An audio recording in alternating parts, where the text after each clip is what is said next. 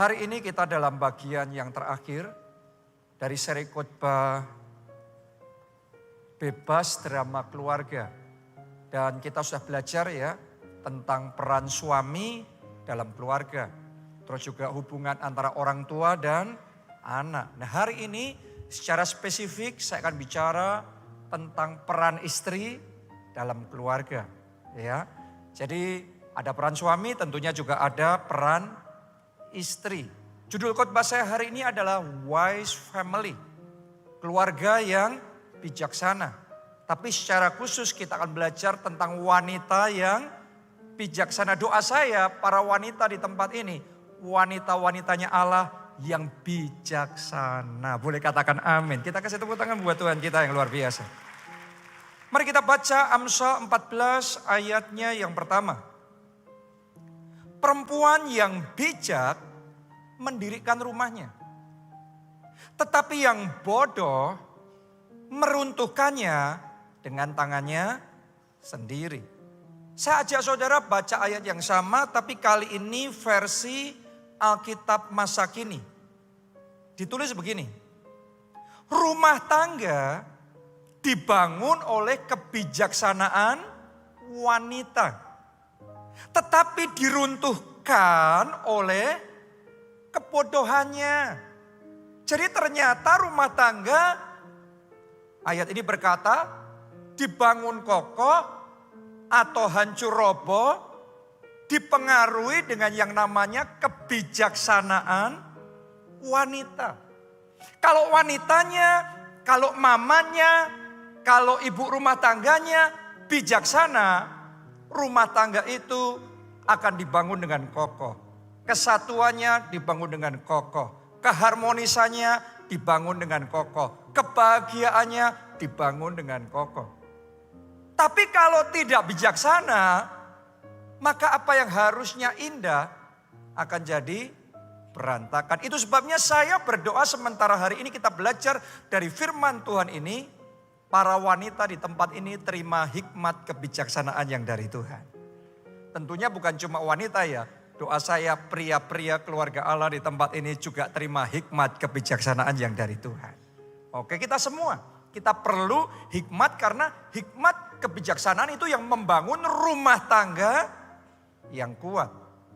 Nah, pertanyaannya, seperti apa wanita yang bijaksana? Sesederhananya, wanita yang bijaksana adalah wanita yang tahu bagaimana menggunakan kelebihan yang Tuhan berikan kepadanya untuk membangun rumah tangganya. Kita harus ngerti bahwa terhadap pria Tuhan kasih kelebihan tertentu. Terhadap wanita Tuhan juga kasih kelebihan tertentu. Yang bijaksana adalah yang tahu menggunakan kelebihannya untuk membangun rumah tangganya. Pertanyaannya sekarang, kelebihan wanita apa saja yang bisa dipakai untuk membangun rumah tangga? Nomor satu, wanita itu punya kelebihan yaitu kuat dalam berempati. Berempati itu apa? Berempati itu adalah kemampuan bisa merasakan yang orang lain rasakan. Bukan cuma ngerti orang itu punya masalah, tapi bisa ngerasain dia pergumulannya, kesusahan hatinya, berat beban yang dipikulnya. Bisa ngerasain itu lebih dari pria.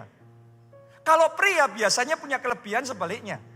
Pria punya kelebihan kuat di logikanya. Benar apa tidak? Wanita lebih kuat di perasaannya. Pria lebih kuat di logikanya. Juga lebih kuat di fisiknya. Tapi wanita ini punya kemampuan untuk merasa lebih dari pria. Karena itu bisa berempati lebih dari pria. Karena itu saya mau ngomong sama ibu-ibu di tempat ini, mami-mami di tempat ini, istri-istri di tempat ini. Pakai kekuatan berempati itu untuk membangun suami saudara, untuk membangun anak-anak saudara. Kenapa? Karena Anda bisa merasakan ketika anak saudara mengalami kesusahan, ketika anak saudara mengalami pergumulan dibandingkan dengan suami saudara, Anda akan bisa lebih ngerasain apa yang dialami oleh anak saudara.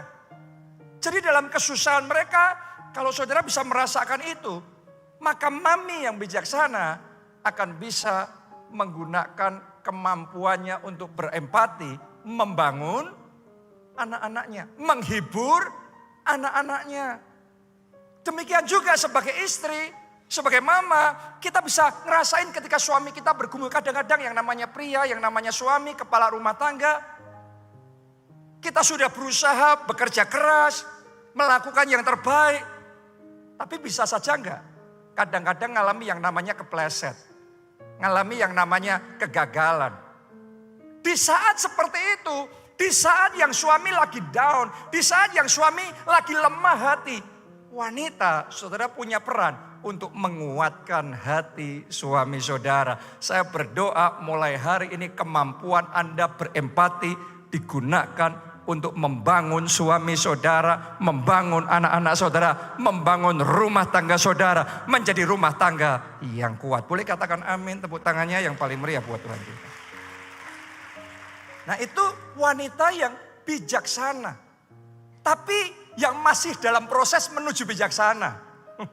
Karena semuanya dalam hidup butuh yang namanya proses. Kadang-kadang yang namanya kelebihan di dalam feeling, di dalam perasaan, di dalam merasakan. Kalau belum matang, kalau belum dewasa, akhirnya yang mendominasi di keluarga sebaliknya. Yang mendominasi apa? Kekhawatirannya. Benar enggak? Saudara harus tahu loh, kalau ibu rumah tangganya banyak khawatir, itu akan mempengaruhi atmosfer di dalam rumah tangga.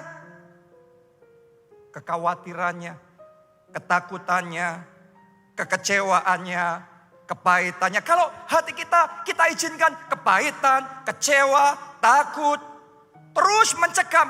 Saudara harus ngerti, itu yang akan merusak rumah tangga. Itu yang akan menghancurkan atmosfer rumah tangga jadi nggak indah. Jadi nggak menyenangkan. Anak-anak juga nggak terasa ikut ngalami ketakutan. Kenapa? Karena ini adalah atmosfer yang muncul dari hati. Karena itu doa saya, setiap ibu rumah tangga di tempat ini, apa yang ditransferkan untuk anak-anak saudara, apa yang Anda cetak, atmosfer yang Anda bangun dalam keluarga saudara adalah atmosfer sukacita, atmosfer iman, atmosfer yang indah, atmosfer kesatuan. Boleh katakan amin, saudara. Saya berdoa mulai hari ini ketakutan dilenyapkan, kepahitan disembuhkan, pemulihan hati terjadi. Katakan amin, kita kasih tepuk tangan yang paling meriah buat Tuhan kita. Punya kekuatan yang lebih untuk bisa merasakan. Nah saya bersyukur Tuhan berikan saya istri, Pastor Nita, saya bersyukur dia menemani saya hari ini. Puji nama Tuhan. Tuhan kasih istri yang bijaksana. Ya, dan dia pakai kekuatannya untuk berempati itu justru memperlengkapi di dalam pelayanan.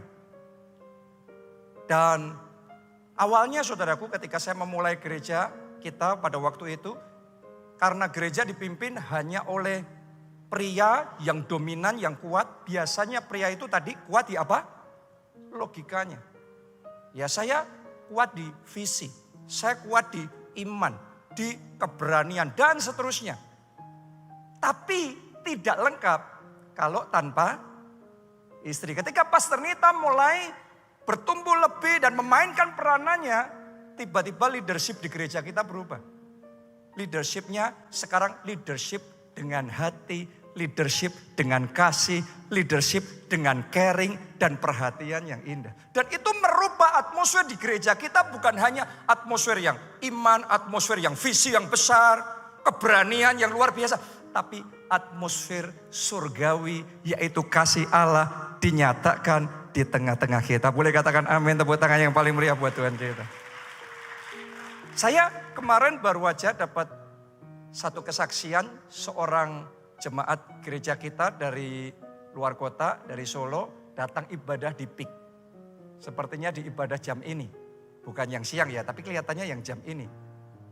Tapi sangat terkesan sekali. Ya dia pakai kursi roda, terus kemudian datang.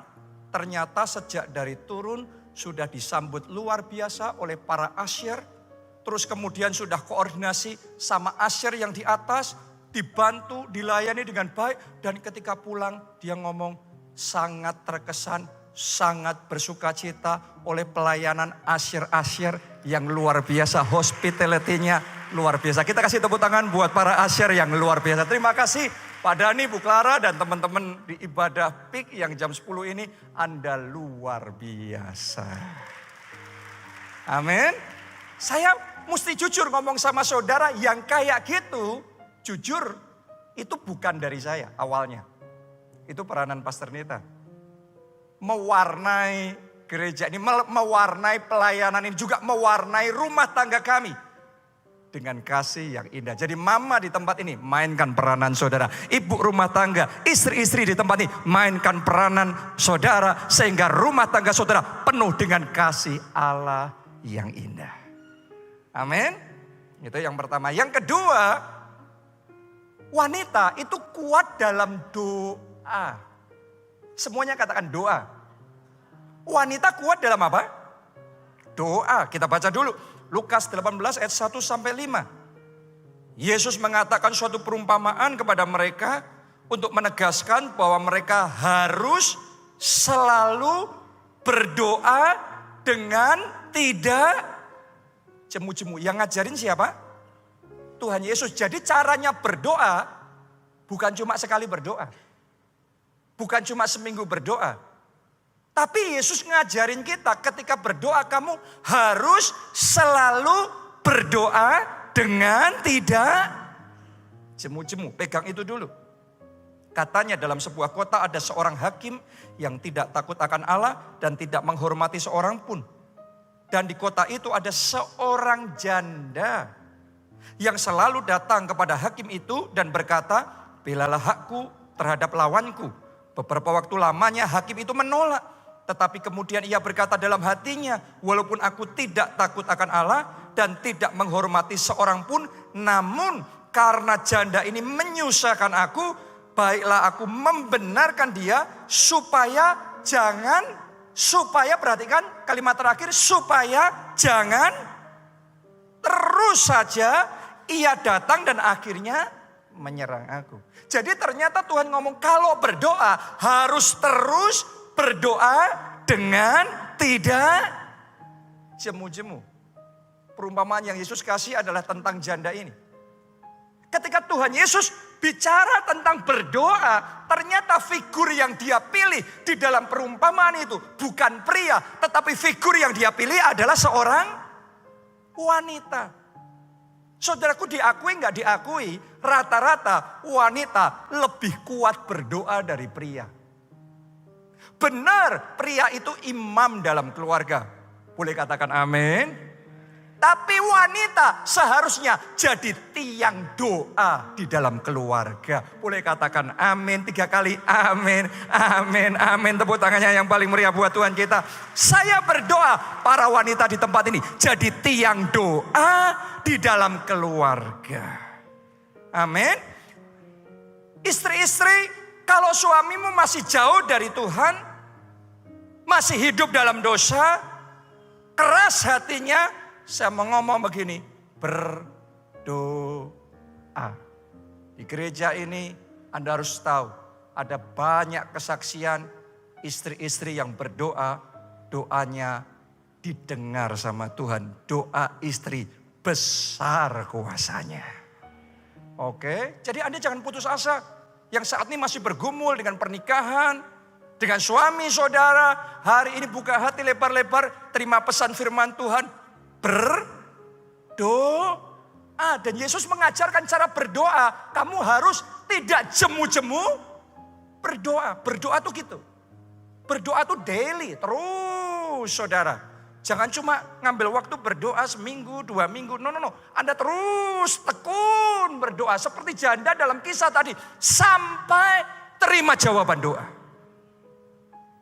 Dan saya deklarasikan dalam nama Yesus, doa-doa saudara hari ini terima mujizatmu, terima jawaban doamu.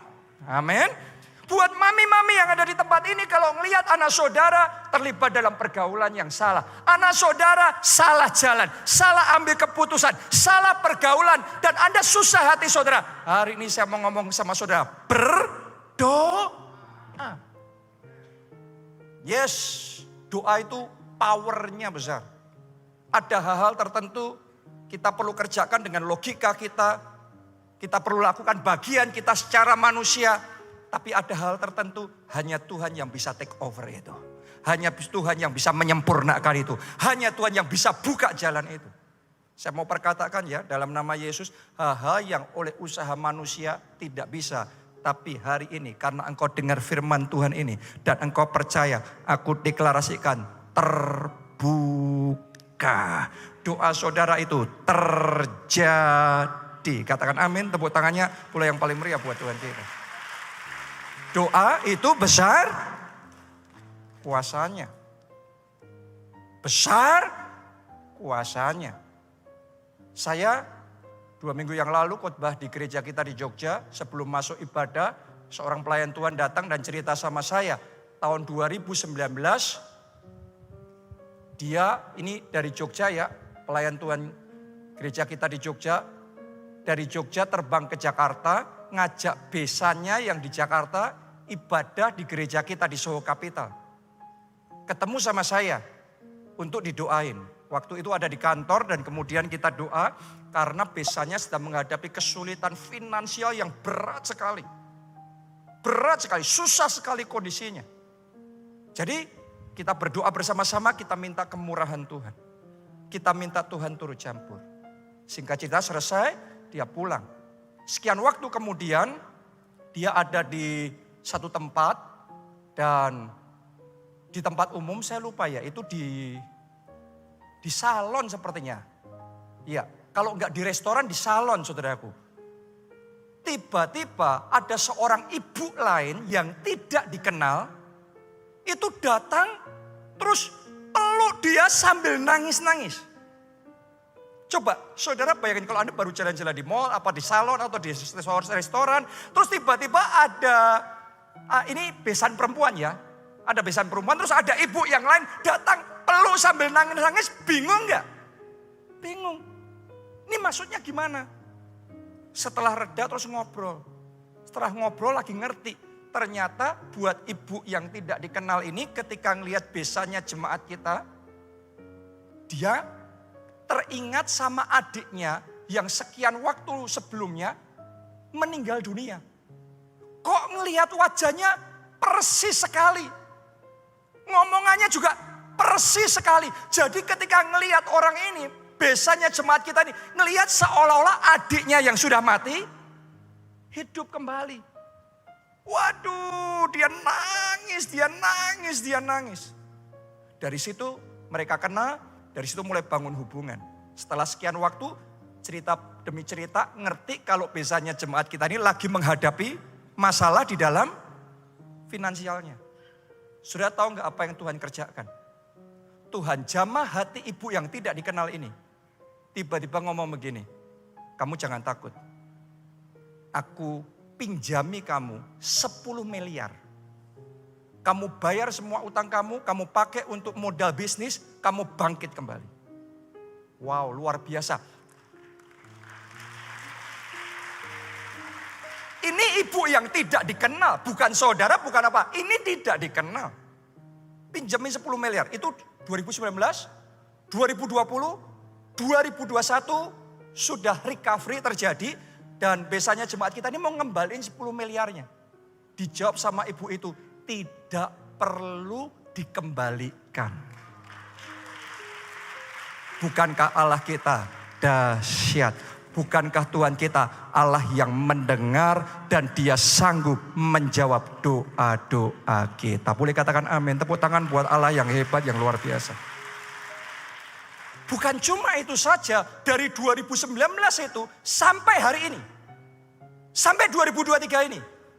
Ibu ini ngomong, aku nggak mau ngelihat adikku susah. Tiap bulan aku transfer kamu 25 juta rupiah.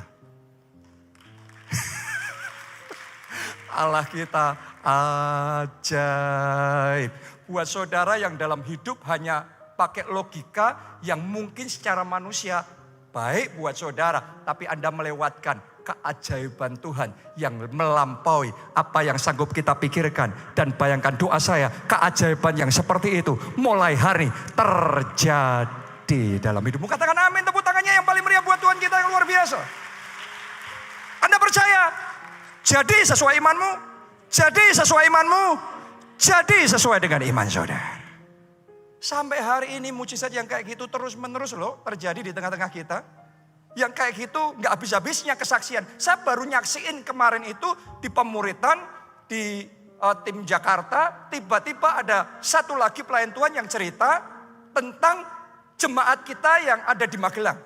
Tepatnya bukan jemaat, tepatnya gembala cabang kita yang ada di Magelang. Orang ini orang yang cinta Tuhan sungguh-sungguh. Dia jadi gembala yang sangat care sama jemaat. Dia bukan cuma menyampaikan firman Tuhan, tapi dia dekat sama jemaat. Kalau ada yang kesusahan, sebisa yang dia lakukan, dia akan lakukan. Dia banyak bantuin, dia banyak jadi berkat. Buat sebanyak mungkin orang jadi berkat, isinya hidupnya jadi berkat, jadi berkat, jadi berkat. Kemarin saya memimpin gathering pelayan Tuhan di Jogja. Dia dari Magelang, dia dari Magelang ini backgroundnya keluarga terhormat. Keluarga mampu saudaraku, tapi dia itu enggak segan-segan nyetirin truk saudaraku supaya banyak jemaat bisa berangkat ikut gathering itu. Saya sampai geleng-geleng. Saya sama Pastor Nita waktu kita keluar dari mobil, persis dia lagi lewat gini. Kita sampai geleng-geleng, orang ini luar biasa. Hatinya itu untuk jadi berkat luar biasa. Tanpa pamrih sama sekali. Nah suatu saat, baru aja, belum lama, ada satu jemaat yang kena PHK, terus cerita sama dia usahain supaya bisa dapat kerja dan gak pengangguran. Akhirnya dia perjuangkan, dia bawa jemaat ini ke satu perusahaan milik pamannya sendiri, pamannya dia, ya, untuk bisa kerja di situ. Akhirnya diterima karena dia yang merekomendasikan, diterima. Ketika mau pulang, pemilik pabrik ini, pemilik perusahaan ini ngomong sama keponakannya. Gembala cabang kita ini namanya Agung. Gung, kamu ke sini. Kamu kan ngerti, paman ini sudah tua dan gak punya anak. Umurnya sudah 75 tahun. Sudah tua gak punya anak. Dia ngomong begini, semua pabrikku, semua perusahaanku, ku berikan kepadamu. Datang bawa orang cari kerja, pulang dikasih pabrik. Keajaiban yang kayak gitu kita bisa cerita nggak selesai khotbah ini. Tapi saya mau ngomong satu perkara sama saudara. Allah kita dia hidup, dia mendengar dan dia sanggup menjawab doa-doa saudara. Boleh katakan amin dan tepuk tangan buat Yesus yang ajaib. Amin. Dan kalau saudara percaya juga apa yang bisa Tuhan kerjakan untuk orang lain, Tuhan kerjakan itu mulai hari ini. Anda giliran berikutnya untuk bersaksi. Tepuk tangannya yang paling meriah buat Tuhan kita. Karena itu ibu-ibu pakai kelebihan saudara berdoa buat keluarga. Karena saudara diberikan kelebihan kuat dalam berdoa. Doa buat suami. Suami saudara lagi ngalami masalah di pekerjaan, jangan malah komplain. Doakan suami saudara. Doakan supaya Tuhan memberkati dia. Doakan supaya Tuhan memberikan hikmat sama dia. Doakan ada terobosan yang baru terjadi dalam keluarga saudara.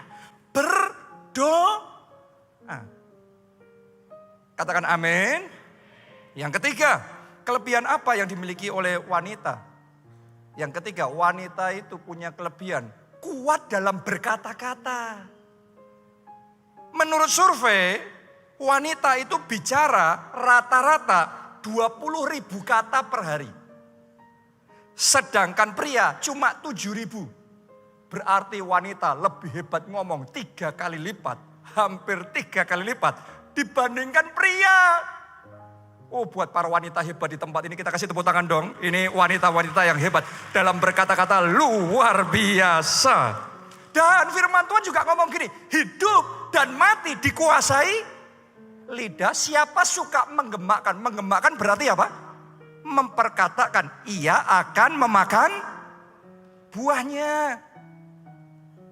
Jadi kans paling besar untuk menikmati buah perkataan itu dari ibu-ibu. Dari para istri, dari momi-momi yang ada di tempat ini. Kalau saudara tahu bagaimana bijaksana dalam berkata-kata. Jadi jangan sampai pakai kelebihan Anda untuk berkata-kata dengan salah ya. Mesti dengan bijaksana. Gimana caranya pakai dengan bijaksana? Ada 4. Yang pertama, jangan pakai perkataan untuk bertengkar ibu-ibu. Kenapa? Sederhana, Anda bertengkar sama suami saudara, awalnya yang sini ngomong, situ ngomong, sini ngomong, situ ngomong. Tapi laki-lakinya pasti kalah. Karena amunisinya cuma 7.000. Anda punya amunisi 20.000. Makanya kalau ngomong sudah buat yang lakinya. Jangan pakai kelebihan untuk berkata-kata. Akhirnya kalau bertengkar, coba Anda lihat ya. Yang pria punya kelebihan apa? Di fisiknya. Dia kalah ngomong, dia prak begini. Karena sudah gak ngerti lagi mau ngomong apa. Gak membenarkan KDRT ya saudaraku ya. Tapi mari belajar menggunakan kelebihan bukan untuk bertengkar. Kita baca ayat firman Tuhan aja daripada nanti saya dimarahin sama momi-momi di tempat ini. Amsal 27 ayat 15. Seorang istri yang suka bertengkar serupa dengan tiris yang tidak henti-hentinya menitik pada waktu hujan. Saya bacakan versi Alkitab bahasa Indonesia masa kini supaya lebih jelas. Istri yang suka pertengkaran seperti bunyi hujan yang turun seharian. Pernah nggak saudara hujan dari pagi, siang, sore, malam. Kita ngomong kalau hujan nggak berhenti-berhenti apa? Awet banget sih hujannya. Kita mau kayak gitu istri kalau suka bertengkar terus ngomong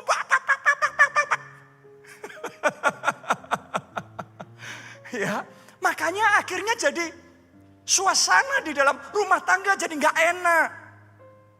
Amsal 21 ayat 19 ya. Ditulis begini. Ini Alkitab yang ngomong ya ibu-ibu ya, jangan marah sama saya loh ya.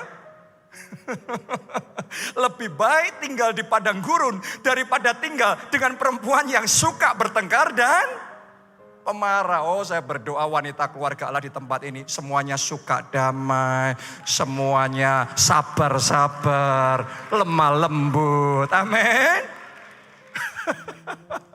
Anda bayangin saja, kalau hujan di luar, kita bisa masuk ke dalam rumah nggak kehujanan.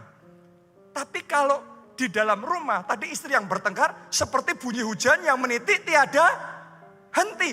Makanya berapa banyak suami gak tahan lari keluar saudaraku. Berapa banyak anak yang gak tahan lari keluar. Karena kelebihan berkata-kata dipakai dengan cara yang salah.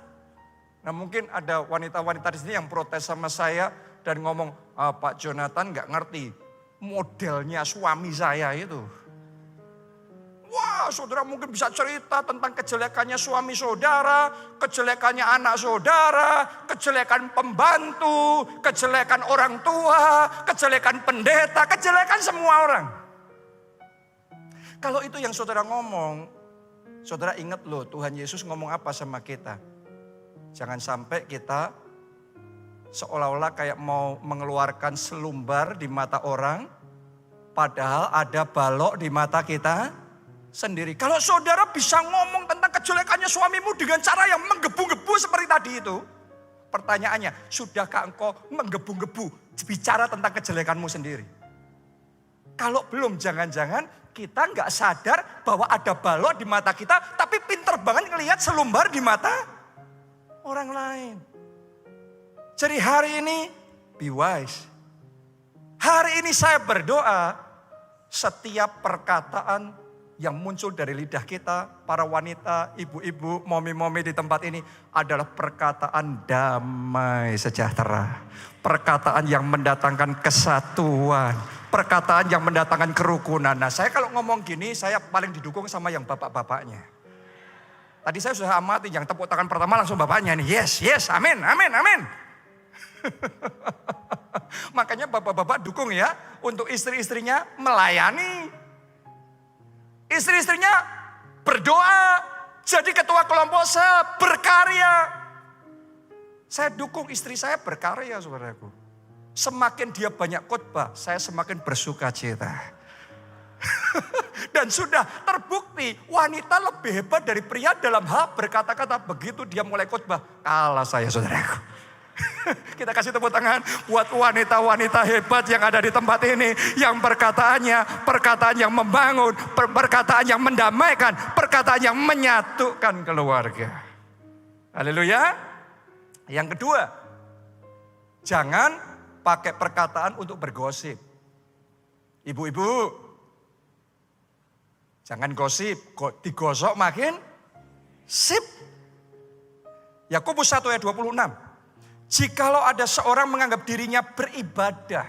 Kita semua kan beribadah ya nih.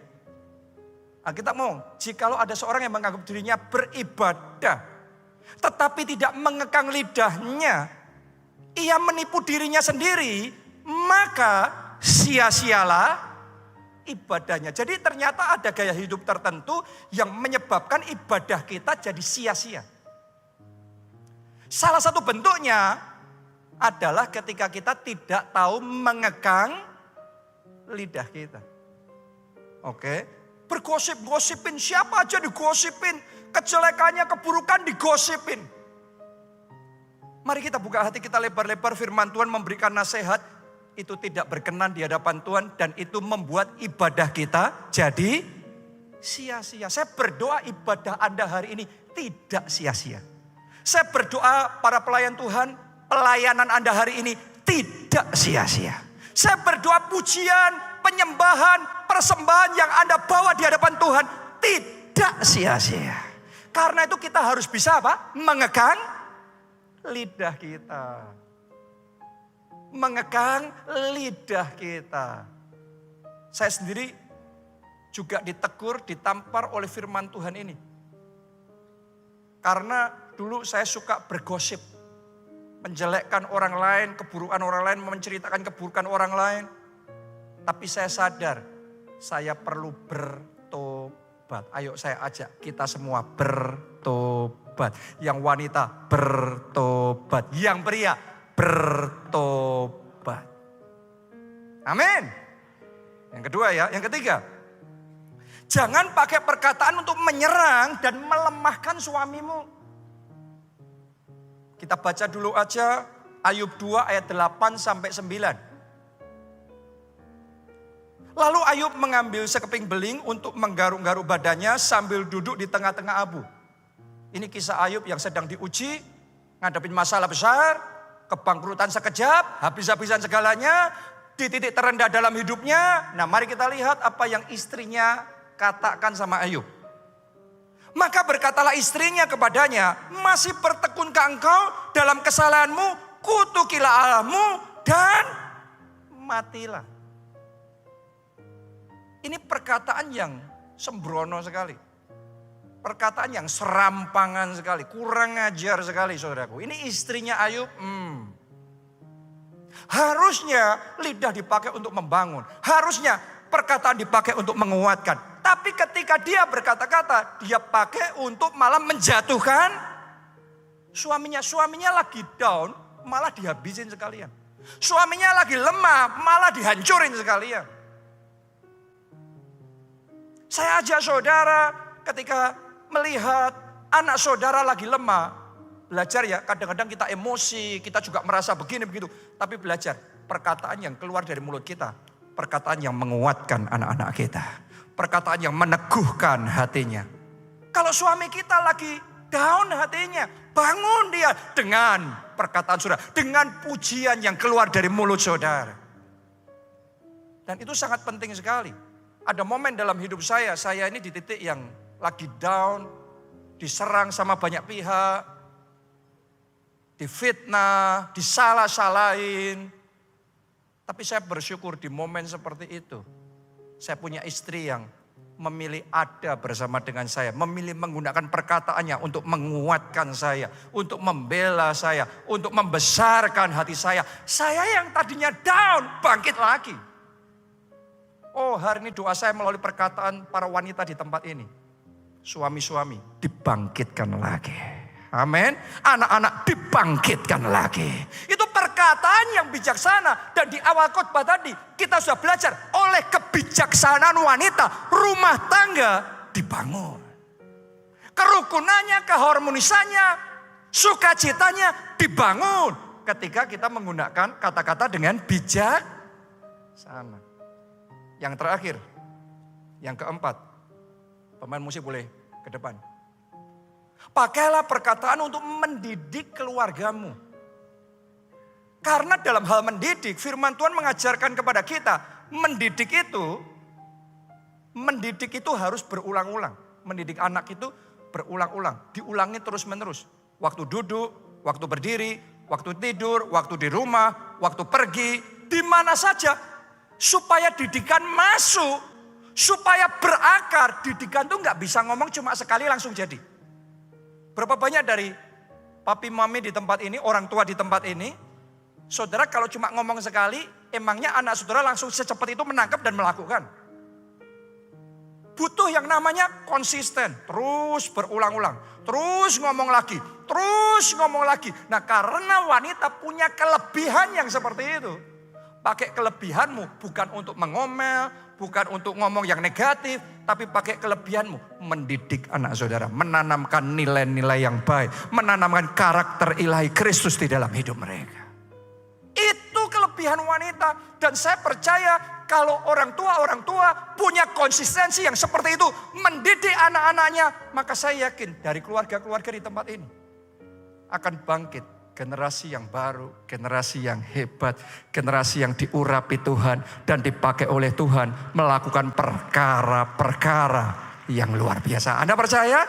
Tepuk tangannya pula yang paling meriah buat Tuhan kita. Mari bangkit berdiri semuanya. Mari bangkit berdiri. Siapa percaya rumah tangga kita, rumah tangga saudara bisa dipulihkan oleh Tuhan? Siapa percaya? Bahkan bukan cuma masalah rumah tangga ya. Pekerjaan saudara, keuangan saudara bisa ditolong oleh Tuhan. Siapa percaya kesehatan saudara bisa dipulihkan oleh Tuhan? Anda percaya bahwa doa orang benar bila dengan yakin didoakan, besar kuasanya? Anda percaya bahwa kalau Tuhan mau lakukan itu buat orang lain, kesaksian-kesaksian yang tadi saya cerita, ketika mereka berdoa, berapa banyak percaya Tuhan juga mau lakukan itu dalam hidup saudara? Dimulai dari apa? Terima Yesus sebagai Tuhan dan Juru Selamat. Karena itu kuncinya. Kalau kita buka hati, kita undang dia masuk jadi Tuhan. Jadi Juru Selamat, our Savior. Saat kita di dalam masalah, kalau kita nggak punya penolong dan kita punya penolong, jadinya beda. Manusia itu terbatas. Kita punya kekuatan melakukan hal tertentu, tapi ada banyak hal yang kita tidak bisa lakukan. Ada manusia lain yang bisa menolong saudara, tetapi ada hal-hal tertentu siapapun manusia tidak bisa menolong. Anda butuh Juru Selamat. Kalau Anda undang Yesus jadi Tuhan dan Juru Selamatmu, maka engkau akan terima pengampunan dosa, itu yang pertama. Yang kedua, Anda akan terima anugerah jaminan keselamatan, bisa masuk di dalam kerajaan surga. Dan yang ketiga, Anda akan punya penyelamat. Hidupmu gak lagi sendiri. Tapi ada penyelamat yang siap untuk menolong hidup saudara. Anda yang belum pernah undang Yesus jadi Tuhan dan Juru Selamat, saya ajak semuanya, ayo tutup mata kita buka hati kita, angkat dua tangan dan ikuti doa ini. Katakan, Tuhan Yesus, Tuhan Yesus, Masuklah dalam hatiku. Masuklah dalam hatiku. Jadi Tuhan dan Juru Selamatku. Jadi Tuhan dan Juru Selamatku. Ampuni dosa-dosaku. Ampuni dosa-dosaku. Sucikan dan kuduskan aku. Sucikan dan kuduskan aku. Selamatkan hidupku. Selamatkan hidupku. Mulai sekarang. Mulai sekarang. Hidupku milik Yesus. Hidupku milik Yesus. Aku mau mengiring Yesus. Aku mau mengiringi Yesus. Melayani Yesus. Melayani Yesus. Seumur hidupku. Seumur hidup. Terima kasih Tuhan. Terima kasih Tuhan. Yang kedua, siapa di sini yang mau meresponi firman Tuhan? Menggunakan perkataannya dengan bijaksana. Dan ini bukan cuma untuk wanita ya. Yang pria, kita semua juga perlu belajar menggunakan perkataan kita dengan bijaksana. Karena hidup dan mati dikuasai oleh lidah. Siapa suka mengembangkan, ia akan memakan buahnya. Anda yang mau belajar meresponi firman Tuhan, kita angkat dua tangan kita. Katakan, Tuhan Yesus. Tuhan Yesus. Kuduskan lidahku. Kuduskan lidah. Sucikan lidahku. Sucikan lidah. Mulai sekarang. Mulai sekarang. Setiap perkataan yang keluar dari mulut ini. Setiap perkataan yang keluar dari mulut ini. Perkataan yang membangun. Perkataan yang mempersatukan. Mendatangkan sukacita. Mari angkat suara. Semuanya berdoa. Berdoa, sementara Anda berdoa, lidah kita dikuduskan,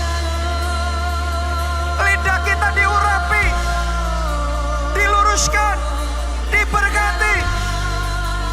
Sehingga mulai hari ini jenis perkataan yang diperkatakan di rumah saudara, perkataan kehidupan, perkataan damai sejahtera, perkataan sukacita, perkataan yang merukunkan, menenangkan, menguatkan, mempersatukan keluarga, perkataan yang memulihkan. Berkati Tuhan, berkati lidah kami, berkati Tuhan. Urapi ya Roh Kudus, sucikan. Mulai hari ini semua perkataan kotor dilenyapkan. Semua perkataan pertengkaran disingkirkan. Perkataan negatif dihilangkan. Mulai hari ini perkataan yang keluar dari mulut ini kata-kata yang positif. Kata-kata yang positif. Kata-kata yang mendatangkan penghiburan. Kata-kata yang berempati. Kata-kata yang menguatkan. Kata-kata yang mendatangkan atmosfer surgawi di rumah kami. Urapi kami ya Tuhan. Urapi kami ya Tuhan. Urapi kami ya Tuhan. Haleluya. Haleluya. Jesus. Yang terakhir saudaraku, saya mau berdoa supaya Tuhan memberikan kepada kita anugerah. Anugerah kebijaksanaan. Amen. Karena rumah tangga dibangun oleh kebijaksanaan. Kadang-kadang kalau kita nggak bijaksana, kita salah ngomong, salah bersikap, salah berkata-kata. Akibatnya jadi kacau semuanya. Suasana yang indah, salah ngomong jadi kacau. Salah langkah jadi berantakan. Saya mau berdoa supaya dalam hidupmu diberikan anugerah yang dari atas. Amen. Anugerah yang mendatangkan kebijaksanaan. Tahukah saudara, Salomo juga diberikan anugerah yang membuat dia pinter, yang membuat dia berhikmat, membuat dia bijaksana. Anda yang mau itu, mari angkat dua tangan saudara. Aku berdoa Tuhan, buat jemaatmu, buat mereka yang mengangkat tangan dan rindu saat ini. Dalam nama Tuhan Yesus. Semuanya katakan dalam nama Tuhan Yesus. Mari dari hati berseru sama Tuhan, katakan dalam nama Tuhan Yesus. Anugerah yang dari Tuhan. Katakan anugerah yang dari Tuhan. Kebijaksanaan. Aku terima. Mari berdoa saudara, mari berdoa. Anugerah kebijaksanaan.